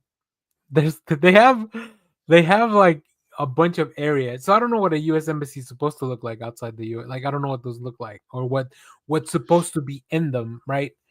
I've Um, always it's just government offices. I think like that's what where I would the have thought too, but not this one. This one has a pool. This one has like living I do quarters think you for can. people I that do think that they have like living quarters in some they of have them. living quarters because I guess people sometimes maybe have to stay there for different legal reasons. Has like a play area for the kids. It seemed like a big warehouse. It was like the most impossible looking. I couldn't even imagine what that building looked like. But it was actually pretty interesting. The fighting is pretty intense for something that takes place at just a U.S. embassy. Uh, so, but that's on Netflix. And then I rewatched Creed, Ryan Coogler from Oh, nice. 2015 for the 70 millimeter podcast. Did an episode on it, so I rewatched that. So, and the last thing, if you have Paramount Plus, and before you cancel it, just watch all 10 episodes of Mobland if you like crime stuff. Tom Hardy's really good in it. Pierce Brosnan's really good in it. What's her name from the Fast and Furious movies? Helen Mirren is really good in it. Do you like that? Yeah, that's You like that? That's where I get it from. yeah. I've anything Helen Mirren can be remembered for. Please make it be the Fast and Furious movies. Yeah, it's just about like a gang war in in London or the UK or whatever. Sorry, I don't want to say the wrong place, but it's in the UK.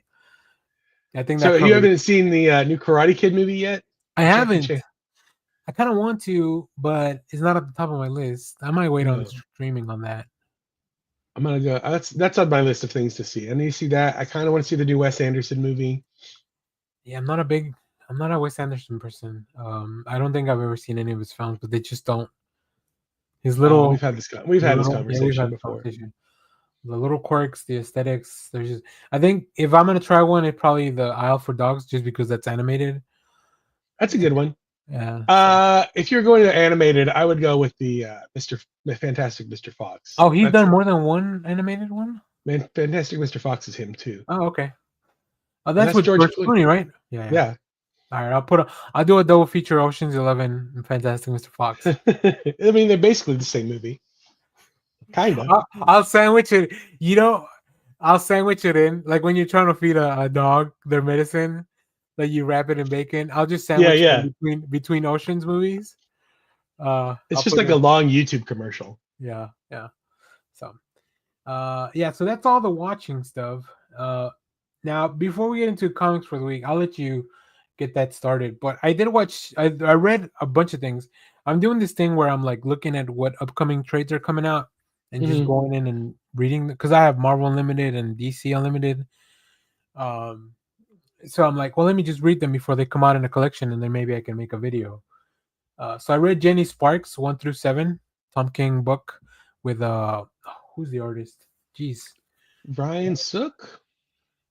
Is that Ryan Sook? I thought that was the best of the best. Oh, that's best of the best. You're right. It's because I also read that recently, and I did do a video on that one. Anyway, it was great. That JennySparks book is great. I didn't know much about her, so it really caught me. Like, I was like, wait, if you're supposed to be the spirit of the 20th century, what are you doing? I feel like they didn't do a great job explaining that. I feel like, so what I got out of it, and this is kind of morbid, 9/11 woke her back up. That's what I got out of the book. It's kind of what I think happened, and like it didn't. Whatever she was supposed to accomplish in the 20th century didn't work. So so they didn't get into. And I think it's a Black Label book because they didn't get into Jenny, because there's supposedly in the DC universe a Jenny Quantum running around. Who was supposed to be the one for the next one. This one. Also, I'm surprised they didn't do any. So the DC analog to JennySparks before she became part of the DC universe was what's his name? London Black, or what? I can't remember his name. Manchester Black. Yeah. So he was. DC created the Elite as a ripoff of the Authority, and Manchester Black was the JennySparks character. That's very interesting. I didn't realize that was the case. Oh, it's all clicking in my head now. Yeah. So they didn't get into that. But my favorite part about that series is that they show Clark Kent and Bruce Wayne showing up as Matches Malone to talk to JennySparks in a diner, and they show Bruce Wayne as Matches Malone eating a hamburger with a fork and knife. I think that is just the funniest thing. Like, I feel like Tom King loves picking on Batman, like Batman's rich upbringing, and he like tries to show it. And I don't know if that's a Tom King thing or if that was the artist thing, but I feel like that's just such a funny little character quirk where Bruce Wayne would eat a hamburger with a fork and a knife. Yeah, it's art by Jeff Spokes. I have notes because I'm working on a video for it, but Jeff Spokes is fantastic. I mean, geez, Lou. It's a really great book. I remember reading the first two, and I'm like, oh, this is one of the Tom King books that I want to just wait on. Yeah. And it was worth the wait because once I started rereading it, I just got through the whole thing. So look for that on the channel soon. And then also I read Wolverine 1 through 8, the new Saladin Ahmed, Martin Coccolo Wolverine from the Ashes stuff. I read the first one and I was like, oh, this is cool. I'll come back to it. And it was cool. Like it's weird because the trade just came out for it, and it goes 1 through 5, but the story goes all the way through 8, which was the 400 issue, which like oversized. Actually, I think I have it right here somewhere. Which that threw me off a little bit. Yeah, because I bought the second print with that Daniel Warren Johnson cover. So this is Daniel Warren Johnson also has a story on here, and then so the first story concludes the arc of that started in issue number 1. The second story closes another loop that was kind of Wolverine's been racing, or he's been helping out this young Wendigo because he realizes that it's a teenage boy that became a Wendigo, and he's trying to help him control himself. Like, so that story wraps up here as well. And then you have the Daniel Warren Johnson story, which is just like Wolverine. Feels like a very Elseworld thing, which is just like Wolverine being a random samurai and taking on like this badass fortress. I really like that. So yeah, another video for that soon. So now let's go into the weekly comics. Jeff, you want to kick us off? And I'll just go through the stuff that we missed. Sure. Well, speaking of, I did pick up this chrome cover of Action Comics 775. Me too. Somewhere. Where they, speaking of Manchester Black and the Elite. Yeah. I used to have this originally, the original comic. I think I sold it or something a long time ago. I have a second print graded because I found it for like $50 and it was a really good deal. I thought it was a good deal. I don't know. I haven't looked up the value of it, but yeah, I also picked that up. And the new comics for this week, I picked up the Justice League Godzilla Kong 2. Yep. I love the first one. I love the first series. I read a preview. They had a preview of this, and I don't remember, it was back of another issue or something. So I feel like they gave away the best part of of this in the preview. But I'm excited. Same creative team. What do you think is the best part? Seeing King Shark. Okay. Yeah. Good. I agree. They did give that away. Yeah. Although there's a twist at the end of the book where somebody gets taken off the board where I was like, oh shit. Oh, yeah. So. Yeah. But the King Shark thing is super cool. The King Shark thing was pretty cool. But I feel like that's the hook. Like if you want to see what it is, you know? Yeah, correct. Yeah, that is the look at how awesome it was. Like, look at how awesome this is. We had a lot of fun last time. Let's go. Who else can we kaiju up? Right, exactly. The new Absolute Green Lantern, also awesome. Still not a fan of the artwork, but I love the story. I love that it is the most reconfigured of the Absolute books. Like it almost feels like it's very close to feeling like not a Green Lantern book. Yeah, it is straight up kind of a horror space. Yeah, I asked for horror. I asked for the LSD variant. Yeah, that's that looks like a Martian Manhunter cover. Yeah.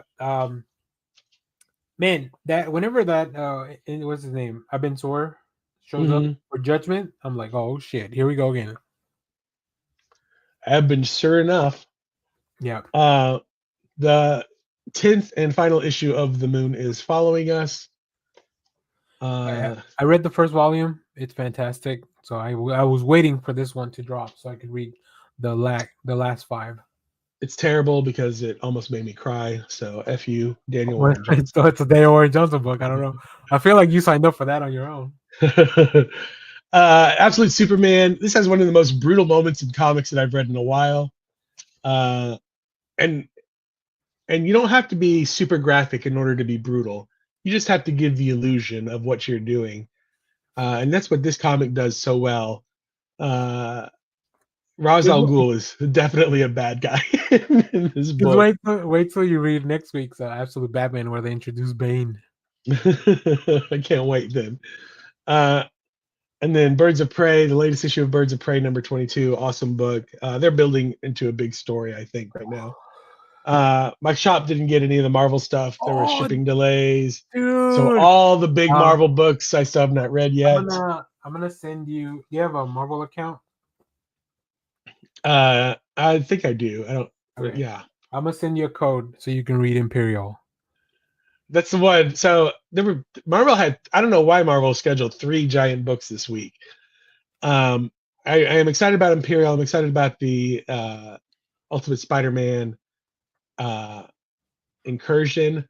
I Yeah. will say The World to Come. I didn't read a preview, but I saw a couple of previews for it, and people are like, "It's confusing. I don't know what's going on," and so I might skip that one and Don't skip trade it. weight on it. I might trade weight on it. Don't skip it. Let me see if I have a code. I'll send it to you as well.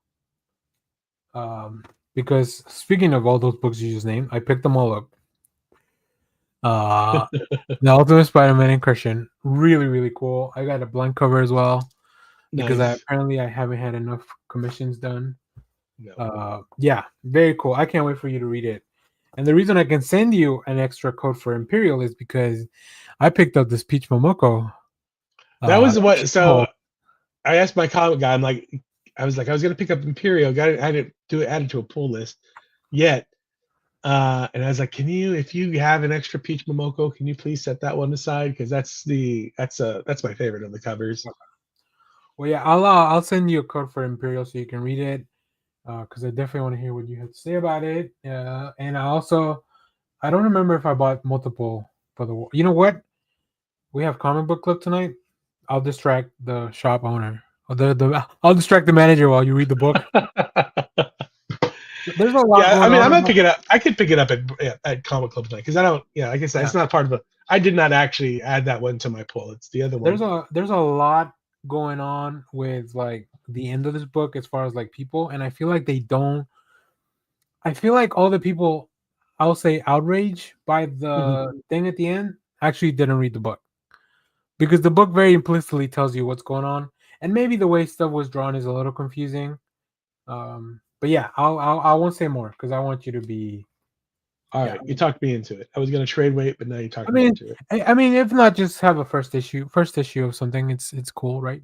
Yeah. What if Christopher Priest comes or Joe Is it Quesada comes back? is it Kazana in the artwork on the inside? I mean, No, I'm he's sure. Oh, is it? Oh, it is. Hold on. Yeah. It is Joe Quesada and Christopher Priest. okay. Yeah, it might be worth it just to see Joe Quesada doing artwork again. Yeah.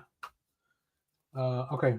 Was that all the books for you, right? Yeah, that was everything I had. I did buy Did you buy a something couple. else? I bought old stuff Oh, that okay. was not that I said I did not go to the Jack from Boomerang, our favorite, one of our local comic shops, called me up and he's like, "Hey, I'm sure you're at the convention this weekend, but we got a whole bunch of cool stuff." And I said, "I'm not in the convention this weekend." And so I went by and I picked up this She-Hulk 50. Oh, that's so cool. I picked up this Dazzler number 1 with the roller skates. That Sienkiewicz one, right? I don't think this is Sienkiewicz. No, Oh, maybe it. Sienkiewicz did like a he did the art for they did like a vinyl for Dassler. Maybe that's what I'm thinking of. Oh yeah. This famous Captain America cover of Mike Zeck where he shoots the guns. Dude, what This was my Avenger, call, Jack? this Avengers with David Letterman on the I'm cover. Jack's about to get some crap from me when I see him later tonight. This is the comic he texted me about. He's like, "We got the Steve Reed Superman Hulk thing," and I was like, "Okay, I'll Oh, take it." He also had Runaways number 1, which was one of my books that I usually go looking for when I go to that conventions. is a good one because for some reason that book continues to just accrue value. Uh, So yeah, I hope they do. Yeah, I have like the first 10 issues now. That was the one I was missing. and they're about to Uh, relaunch the Runaway, so perfect timing. I know, I saw that too, and I was so excited. I love that. And it's Rainbow Rowell, and I loved her old version. And then Mhm. this Marvel Age with this That's just a really Mobius cool cover. Mobius And Silver next Surfer week, cover. I hope you get your Marvel books on time because Death of Is the that the Silver Dead Silver Surfer. Surfer? Yeah. I mean, how many times has he died? I don't know. I don't read that much Silver Surfer. I feel like it's 4. Okay. The last thing I read was that Silver Surfer Black from Donny Cates and Travis Yeah. Moore. Travis Moore. Travis Moore. I can't believe I didn't like Travis Moore's art before.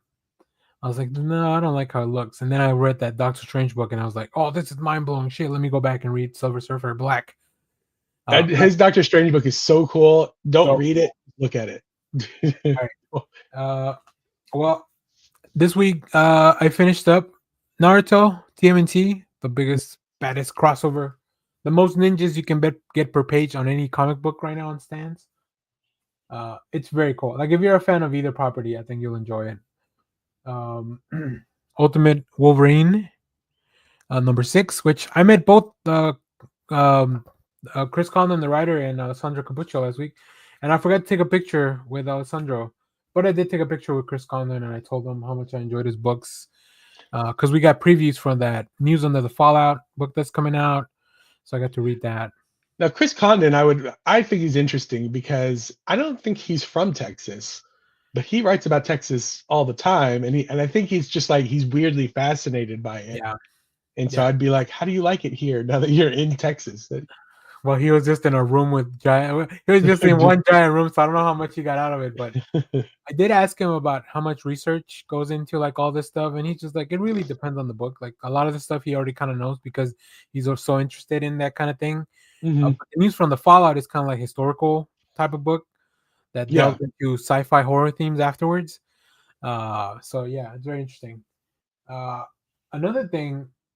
And this is maybe for fans of Preacher. If you're a fan of Preacher, you might be into this. It's not the same, but it's got some similar vibes. It's called Pastor. Be Not Afraid, number 1. This is a book from Boom Studios by Jude Ellison Doyle and Lisandro Stern. A woman has a baby with an angel, and it turns out that the kid that comes from that union is the worst person, being, thing in the world. And now he's growing up. He's about to turn 18, and God asks his mom to kill him. I don't know. It's very cool, and the art is insane in it. Like, let me show you a page. This is from like the page 3 and 4. Like it just looks like a horror book. Like, don't expect anything else. Like this is the kid. Oh, this is the kid.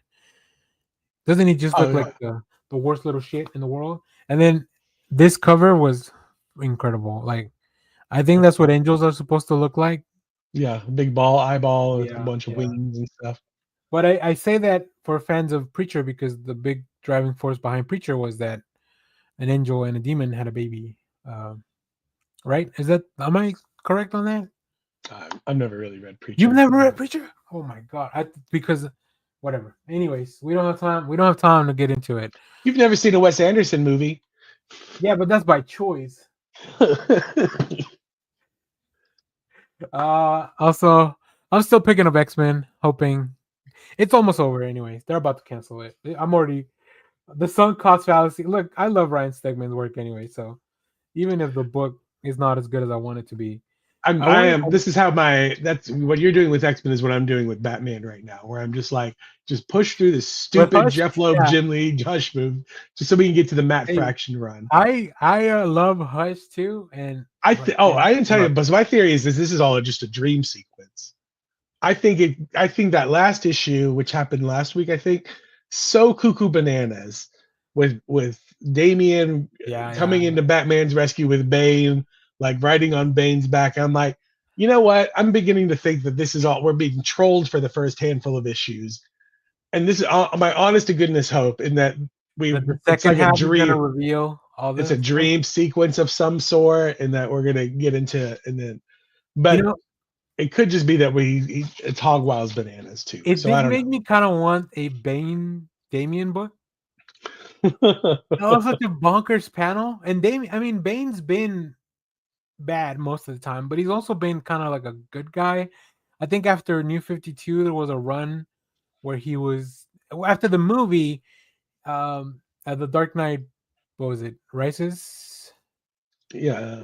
Is that the last one from the Nolan? Oh yeah, for the Bane. Yeah. Yeah. So after that, they try to like kind of rework him into more of an anti-hero a little bit. So. Well, just for that, I'm just like, because I did see somebody online. I'm like, online say like, I mean, Bane killed Alfred. Like Damien is never going to forgive I know. Bane for that.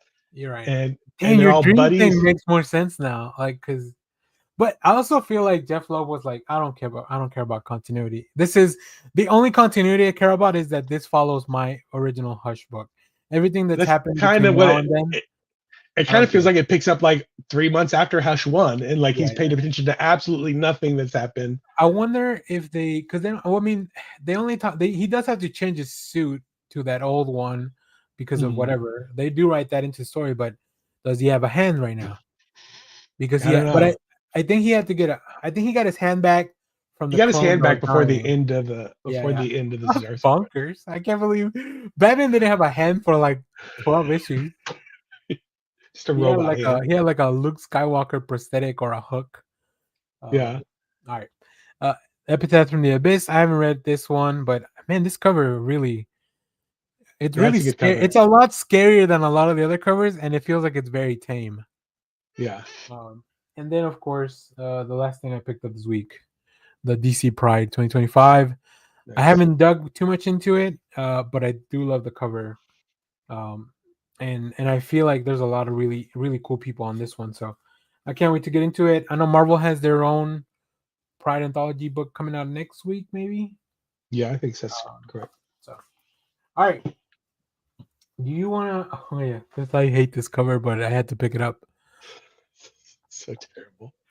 Um, do you want to close out the show by talking about the Mommy blog?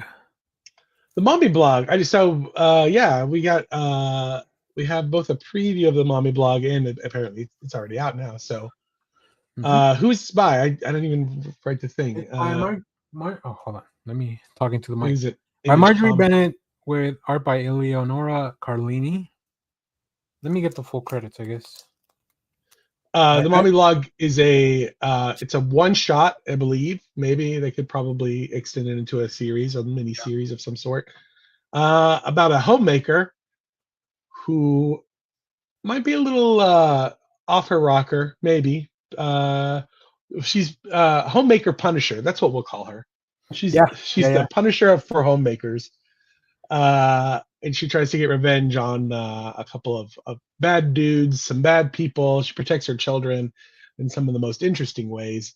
Mm-hmm. It's a little like Lady Killer meets Debbie Homemaker, I guess, if you're familiar with the comic book Lady Killer, Yes, about a 1950s homemaker who kills professionally.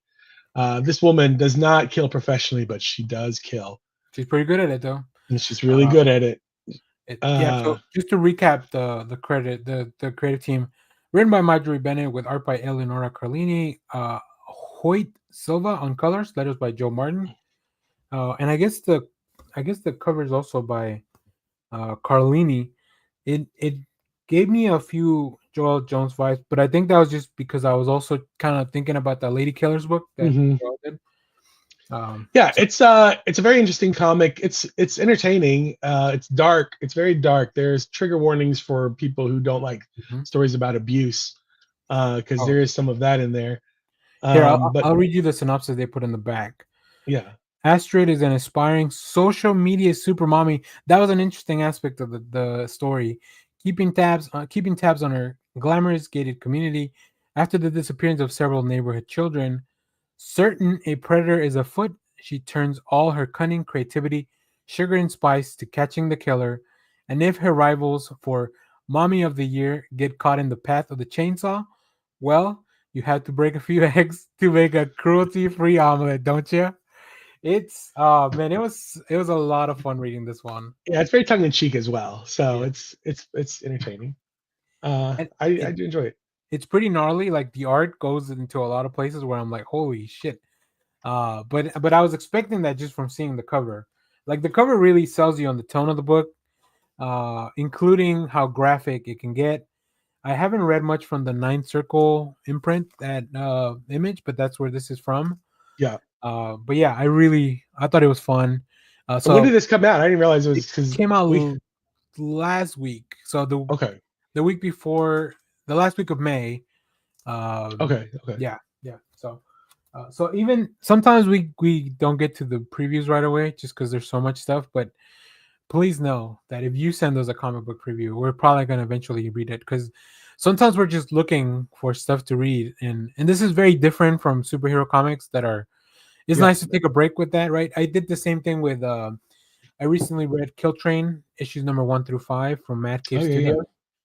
And they just, it's funny because I just did a video for it, and they just sent us the preview for the trade paperback, which has all the issues. So I recommend that one. I think if you like the Mommy blog, you'll probably enjoy Kill Train. A little bit different, but it still has that same kind of gore aspect to it. And if you enjoy Kill Train, I think the Mommy blog is a really nice one shot too. If you have, if your lust for blood hasn't been satiated with Kill Train, There's always more blood. there's always more blood. But I really thought the social media aspect of it was very interesting, because she's driven, all her intentions are being driven by this persona that she's putting out on social media, right? Yeah, Which leads her to do all this kind of really messed up stuff, but also kind of for the betterment of her community. It's weird. It's a weird it's how way you to imagine those. rationalize it. It's how you imagine those Utah moms really being.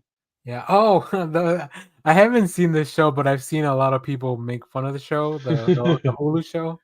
Yeah, So, all right, Jeff, do you have anything else? I am good to go. Do you want to watch that Frankenstein trailer to close out the show? No, because I'm gonna have to run to the restroom real quick, and I'm gonna All right, well close the then show. we're good. All right, I'm gonna sounds save you good. from a potential copyright strike. Nah, I appreciate that. Thanks everyone for watching. We'll stay tuned. We have a lot more stuff, and we'll see you later. Bye bye. The most important ththing in life will always be El Bebo. Twitter loves you. Simon Center, get the fuck out.